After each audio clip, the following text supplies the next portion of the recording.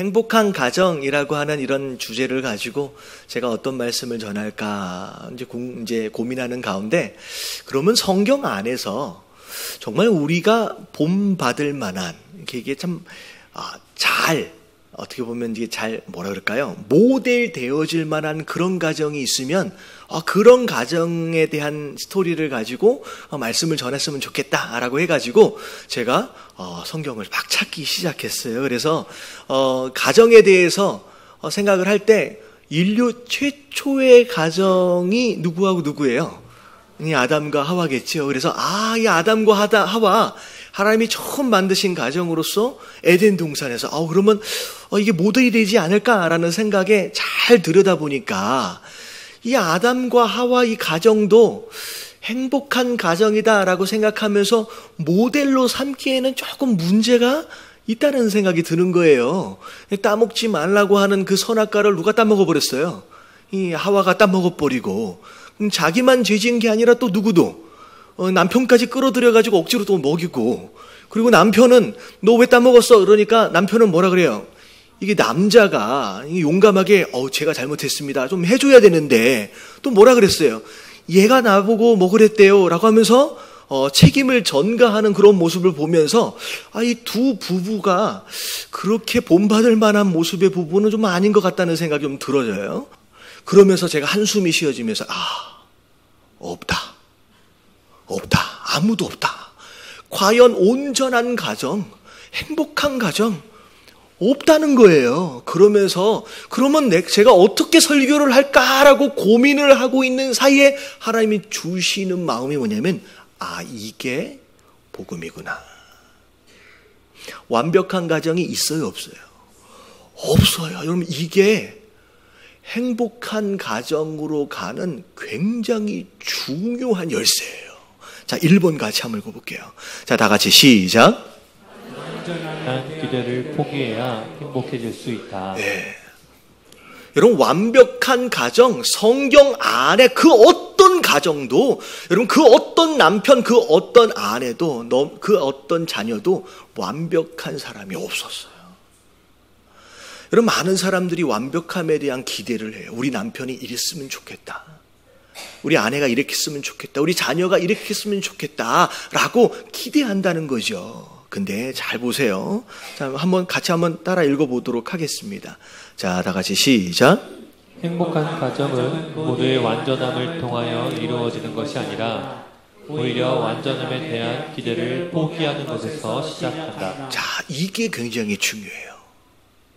여러분, 오히려 여러분, 가정이 왜 불행해지고 왜 힘들어진지를 보면 서로가 서로에게 뭘 기대하고 있어요? 완벽한 걸 기대하고 있어요. 내 남편이 이랬으면 좋겠다는 거예요. 내 아내가 이랬으면 좋겠다는 거예요. 그리고 내 자녀가 이랬으면 좋겠다는 거예요. 우리 부모님들이 이렇게 했으면 좋겠다는 거예요. 근데 여러분, 완벽이라고 얘기를 할 수도 있겠지만 그 완벽이라고 하는 기준 자체가 솔직히 잘 생각하면 내 마음에 드는 남편이었으면 좋겠다는 거예요. 내 마음에 드는 아내였으면 좋겠고 내가 원하는 그런 모습의 자녀였으면 좋겠다라는 거죠. 여러분, 잘 보면요, 그런 기대를 가지고 그 남편을 바꿔보려고 하고요, 그 아내를 고쳐보려고 하는 그 시도서부터 여러분 불행이 시작되는 거예요. 여러분, 고치려 하지 마세요. 여러분, 포기하는 게 너무 중요한데, 자, 골로새서 3장 13절 14절 오늘 본문 말씀이에요. 자, 누구에게 불만이 있거든. 자, 내 마음에 안 드는 게 보여요, 안 보여요? 보여요. 여러분, 남편의 모든 부분이 다 마음에 들면 너무 좋겠지만, 여러분, 여성분들 다 마음에 드나요? 이럴 때 대답을 못 하겠죠, 옆에. 안 드는 게 굉장히 많아요. 근데 불만이 있다라고 할지라도, 자, 고쳐라, 고치지 말라. 고치라고 얘기하지 않았어요. 자, 뭐라고 얘기를 해? 서로 용납해 주래요.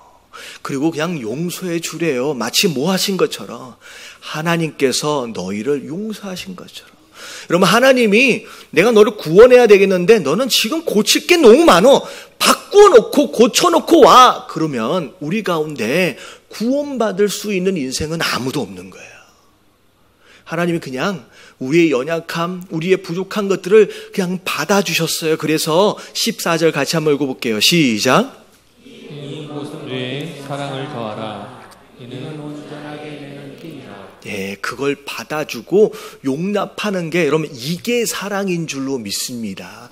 그게 띠가 되어져서 그 가정을 행복하게 만드는 거예요. 그래서 첫 번째 너무 중요한 거, 서로를 자꾸 고치고 바꾸려고 애쓰기보다는 그냥 뭐 해줘라?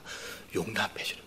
이런 고치는 것을, 고치려고 하는 시도를 포기하시게 되길 주님의 이름으로 축원합니다.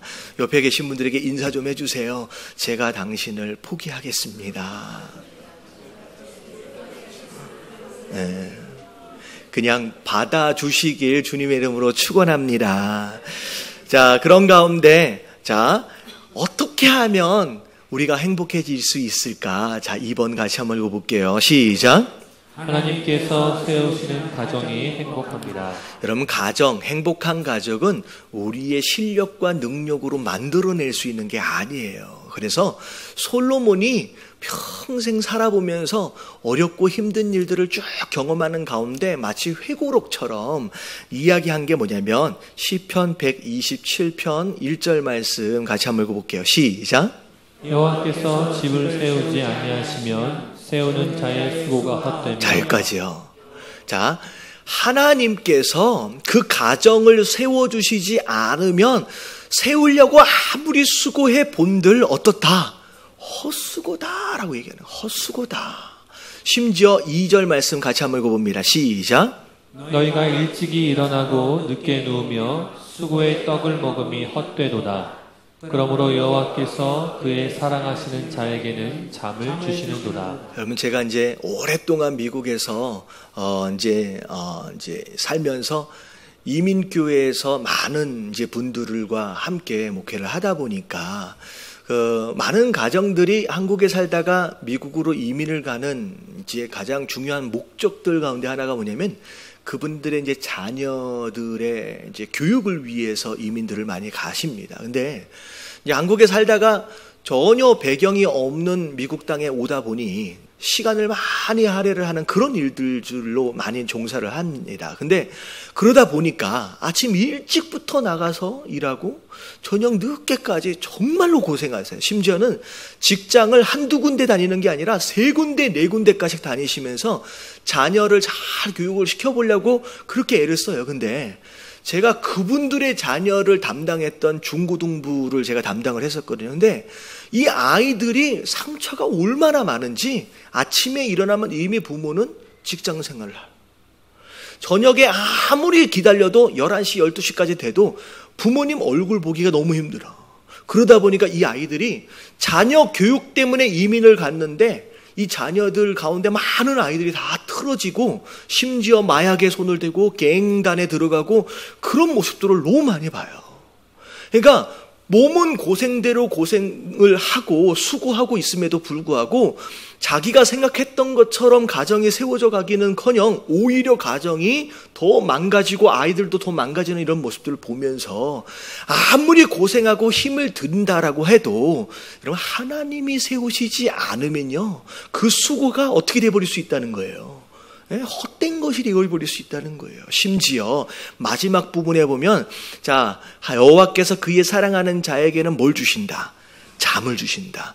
여러분, 잠은 하나님이 주시는 건데 여러분, 잠을 이루지 못한다라고 하는 것은 무엇으로 마음이 가득 차 있는 것이냐? 근심과 걱정으로 가득 차 있는. 그러니까 잠이 안 오는 거예요. 그러니까 여러분, 이게 과연 행복한 가정이겠느냐는 거예요. 여러분, 우리가 열심히 수고하는 것도 중요하지만 여러분, 우리의 가정을 누가 세워주셔야 된다?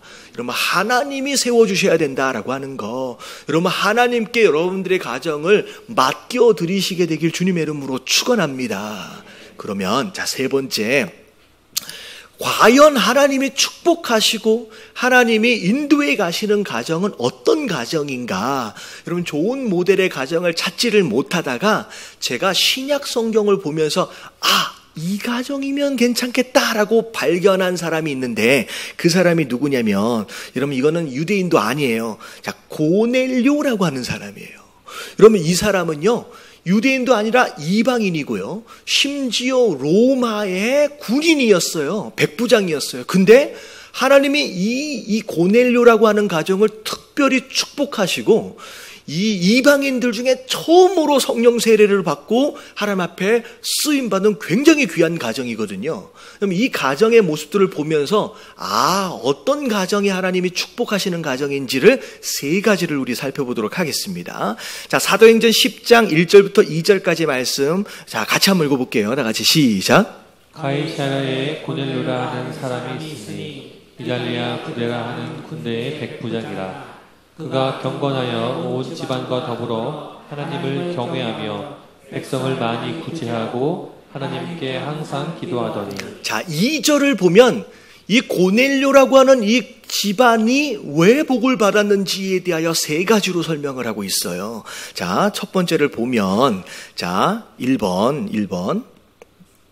자, 다 같이 한번 읽어봅니다. 시작. 하나님을 경외하는 가정이 되자. 자, 이 고넬료라고 하는 가정이 온 집안과 더불어 함께 했던 것 첫 번째가 뭐냐면 자, 2절을 보면 그가 경건하여 온 집안과 더불어 하나님을 뭐했다? 경외했다는 거예요. 여러분 이 가정의 복을 받을 수 있었던 첫 번째 비결은 이 온 가정이 하나님을 뭐 할 줄 알았다? 두려워할 줄 알았다라는 거예요. 여러분 가정의 주인이 여러분 아버지가 아니에요. 여러분 가정의 주인이 소위 말하면 실세라 그러잖아요. 요즘에는 돈 많이 벌어오는 사람이 실세가 된대요. 여러분 돈 많이 벌어오는 사람이 가정의 실세가 되든 여러분 주인이 되어서는 안 돼요. 여러분 가정의 주인은 누가 되셔야 된다? 여러분 하나님이 되셔야 된다. 그래서 그 하나님이 주인 되어지시는 가운데 온 가족이 하나님을 두려워할 줄 알 때 그때 가족이 복을 받는 거예요. 그래서 시편 128편 1절 말씀을 보면 자 같이 한번 읽어봅니다. 시작. 여호와를 경외하며 그의 길을 걷는 자마다 복이 있도다. 자, 하나님을 경외하면 복을 받는다라고 분명히 나와 있어요. 근데 잘 보세요. 하나님을 경외하면 왜 복을 받는지를 잘 생각해 보자고요. 자, 오늘 좀 전에 말씀 2절을 보면 자 뭐라고 나와 있냐면 그가 경건하여 온 지방과 더불어 하나님을 경외했대요. 다시 말하면 하나님을 경외한다라고 하는 것과 뭐하고 연관성이 있다? 경건이라고 하는 단어와 연관성이 있습니다. 여러분 이것을 잘 설명을 하려면 자, 이 비유를 좀 들어드릴게요. 많이 들으신 분들도 계시겠지만 다윗이 예전에 이런 일이 있었어요. 원래 언약궤는 하나님을 예배하는 지성소 안에 있어야 되는데 불미스러운 일로 인하여 언약궤를 전쟁통에 다른 데로 빼앗겨 버렸었어요. 그러다가 다윗이 생각할 때 이 언약궤를 원래 있던 자리로 돌려보내야 되겠다. 지성소 안에 언약궤가 있어야 되는데 왜 밖에 있느냐. 그래서 다윗이 큰 마음을 먹고 이 언약궤를 지성소로 옮겨 오려고 큰 프로젝트를 시행한 적이 있어요. 근데 하나님 분명히 뭐라고 말씀하셨느냐. 언약궤를 이동할 때는 반드시 지정된 사람 레위 지파의 어깨에다가 메고 그렇게 이동해야 된다라고 말씀하셨는데 다윗이 말씀을 안 받나 봐요. 잊어버렸어요. 몰랐어요. 그래서 이 언약궤를 옮길 때 어디다 실어버렸어요? 수레, 소가 끄는 수레에다가 실어버린 거예요. 근데 옮겨가다가 문제가 생겨서 이 수레가 뒤집어집니다. 이 위에 있는 언약궤가 쏟아진 거예요. 그랬을 때 우사라고 하는 레위인이 넘어지는 그 언약궤가 넘어지지 않도록 받치다가 무슨 일이 벌어지냐. 그 우사가 즉사를 합니다. 성경을 잘 들여다보면요. 여러분 이 우사가 어떻게 죽었느냐. 그냥 적당히 딱 깔려서 죽은 게 아니라 그가 찢어져서 죽었다라고 나와요. 굉장히 무시무시한 사고가 벌어진 거예요. 그때 다윗이 너무 깜짝 놀라가지고 더 이상 옮겨갈 수가 없겠다 싶어서 일단 그 주변에 보니까 집 하나가 있었어요. 그게 누구 집이에요? 오벳 에돔이라고 하는 사람 집이에요. 그래서 잠깐 그 집에다가 좀 옮겨놔야 되겠다 해서 옮겨놓는데, 솔직히 집 주인 입장에서 볼 때 잘못 건드렸다가 사람이 찢어져서 죽었는데 그 언약궤가 우리 집으로 들어온다 이러면 그게 좋을까요? 싫을까요? 이러면 싫고 좋고를 떠나서 엄청 무서운 거예요. 그럼에도 불구하고 왕이 시키니까 어쩔 수 없이 그 집에 놔뒀어요. 근데 신기한 일이 벌어지는데, 그 말씀을 보면 그 좀 전까지만 해도 사람이 잘못 건드려서 죽게끔 만드는 어마어마한 그 언약궤가 그 오벳 에돔에 들어가고서부터 무슨 일이 벌어지느냐? 그 집이 하나님의 축복을 받았다라고 표현이 됩니다. 여러분, 언약궤 자체에 신령한 능력이 있어서 복이 임한 게 아니에요. 이 언약궤는 사람을 죽이기도 하는 무시무시한 이제 물건이거든요. 그것 자체에 신령한 능력이 있는 게 아니라, 잘 생각해 보세요. 그 무시무시한 언약궤가 여러분 옆방에 있다고 생각해 보세요. 여러분, 말하는 거, 여러분 행동하는 것이 여러분 일반적일 수 없어요. 생각하고 말하게 돼 있고요. 좀 더 구별되어진, 어떻게 보면 벌 받을까 봐라서도, 죽을까 봐라서라도 우리의 삶이 그냥 자연스럽게 어떻게 되어져 간다? 경건해져 가는 거예요. 그러면 하나님을 두려워하는 마음이 곧 우리의 삶을 어떻게 만들어 간다? 깨끗하게 만들어 가요. 그래서 여러분, 그릇의 사이즈가 중요한 게 아니라 뭐가 중요해요?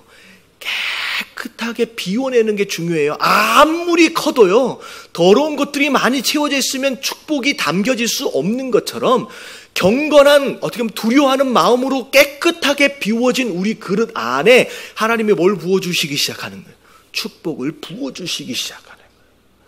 여러분, 집 안에, 가정 안에 여러분 하나님이 계시다라고 하는 것을 인식하는 가운데 여러분 그분을 두려워할 줄 아는 저와 여러분들 되시길 주님의 이름으로 축원합니다. 지금 여기에 그 하나님이 계신다는 거예요. 그러면 우리가 아무 말이나 아무 행동이나 쉽게 할 수가 없어요. 그러면 그것이 곧 우리의 경건을 만들어내요. 그 경건이 우리로 하여금 복을 받게 만든다는 거예요. 여러분, 하나님의 복은 마법처럼 임하는 게 아니라 깨끗하게 비워진 그릇에 자연스럽게 채워져 간다라고 하는 거 여러분 깨달아지시길 주님의 이름으로 축원합니다. 자, 두 번째 같이 한번 읽어볼게요. 2번 다 같이 시작. 함께 사명을 감당하는 가정이 되자. 자, 2절에 보니까 온 집안과 더불어 했던 것이 뭐냐면 백성을 많이 구제했어요. 가난한 자를 섬겼어요. 힘들고 어려운 자들을 위해서 헌신했어요. 이 얘기는 뭐냐면 온 가족이 함께 마음을 모아서 하나님이 기뻐하시는 일에 봉사하고 수고했다라고 하는 거예요. 여러분, 우리 탄자니아 선교 가잖아요. 저는 그렇게 생각을 했어요. 우리 교인들의 신앙생활의 궁극적인 목적이 해외 선교를 나갔다 오는 게 목적이 되었으면 좋겠다라는 생각을 했습니다. 아무도 아멘을 안 해주는데 자, 이유가 있어요. 여러분, 해외 선교를 가려면 뭐가 들어가야 돼요? 돈이 많이 들어요. 여러분, 물질의 복을 받지 않으면 갈 수가 없어요. 여러분, 어떤 시간에 계속 매여 있는 삶을 산다면요, 여러분 해외 선교 못 가요. 여러분, 시간의 복을 받아야 돼요. 물질의 복도 받아야 돼요. 여러분, 건강하지 못하면요 해외 선교 못 가요. 건강해야 돼요. 여러분, 내가 정말로 땅끝까지라도 가서 내가 복음을 증거하는 일에 헌신해 보겠습니다. 한번 가보겠습니다. 라고 목표를 삼는 사람에게 여러분 필요한 모든 것들을 공급해 주시는 줄로 믿습니다. 여러분, 이게 굉장히 지혜로운 기도예요.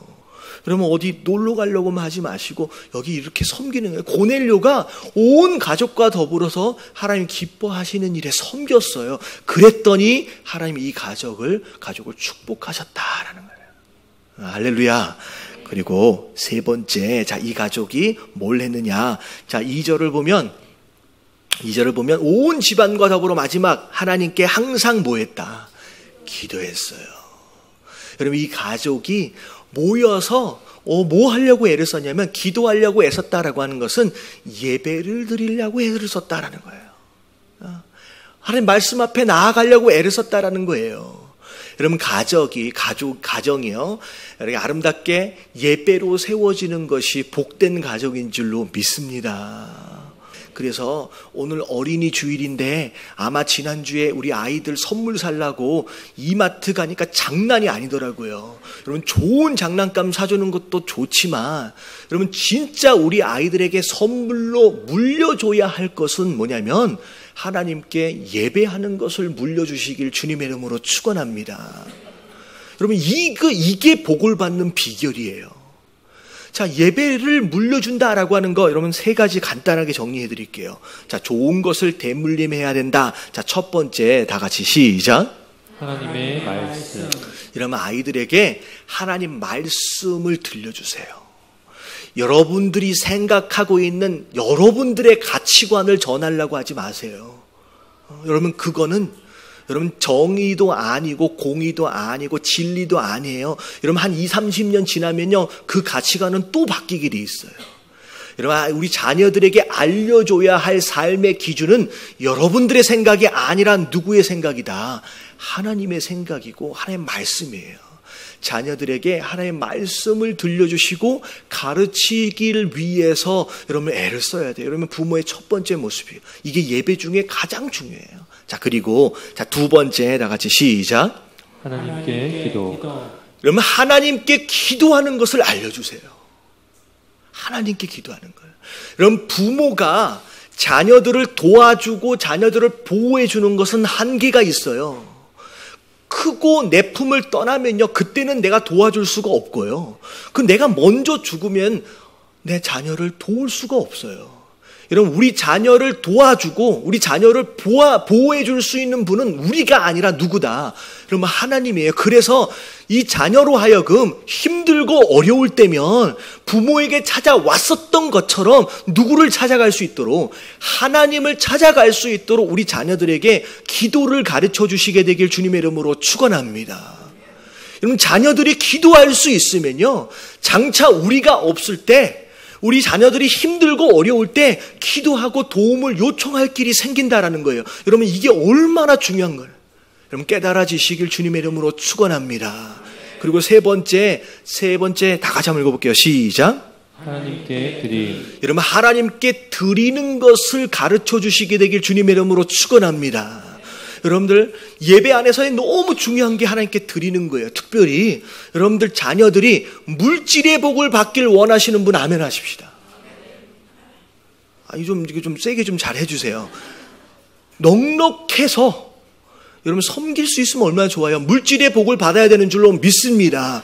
그러려면 물질을 하나님 앞에 드릴 수 있도록을 가르쳐 줘야 돼요. 그래서 여러분, 아무리 아이다라고 할지라도 세뱃돈을 준다든지 아니면 용돈을 준다든지 했을 때 반드시 뭘 구별할 수 있도록 10분의 1을 하나님의 것으로 구별할 수 있도록 가르쳐 주세요. 어렸을 때부터 가르쳐 주면요, 그게 하나님 것이구나 라고 하는 걸 알고 물질에 욕심 부리지 않고요, 하나님께 아끼지 않고 드릴 줄 아는 그 아이가 커서 뭘 받냐면 물질의 복을 받는 거예요. 여러분, 이건 제 얘기가 아니라 하나님의 말씀이에요. 여러분, 드릴 줄 아는 것을 가르치시게 되길 주님의 이름으로 축원합니다. 그래서 심지어 우리 아이들 가운데를 보면 아이들이 1,000원짜리를 넣어가지고 11조를 드려요. 용돈 받은 거야 얼마? 1,000원짜리를 받아서 10,000원을 받은 거예요. 그걸 드리는 거예요. 저희는 교회는 그 아이가 드리는 그 11조를 우리 어른이 드리는 거랑 동일하게 이름을 올립니다. 그게 굉장히 중요한 거예요. 드릴 줄 아는 것을 가르쳐야 돼요. 그래서 이렇게 예배를 아이들에게 잘 가르쳐 주면요, 우리 가정뿐만 아니라 우리 아이들의 가정까지도 복을 받게 되는 줄로 믿습니다.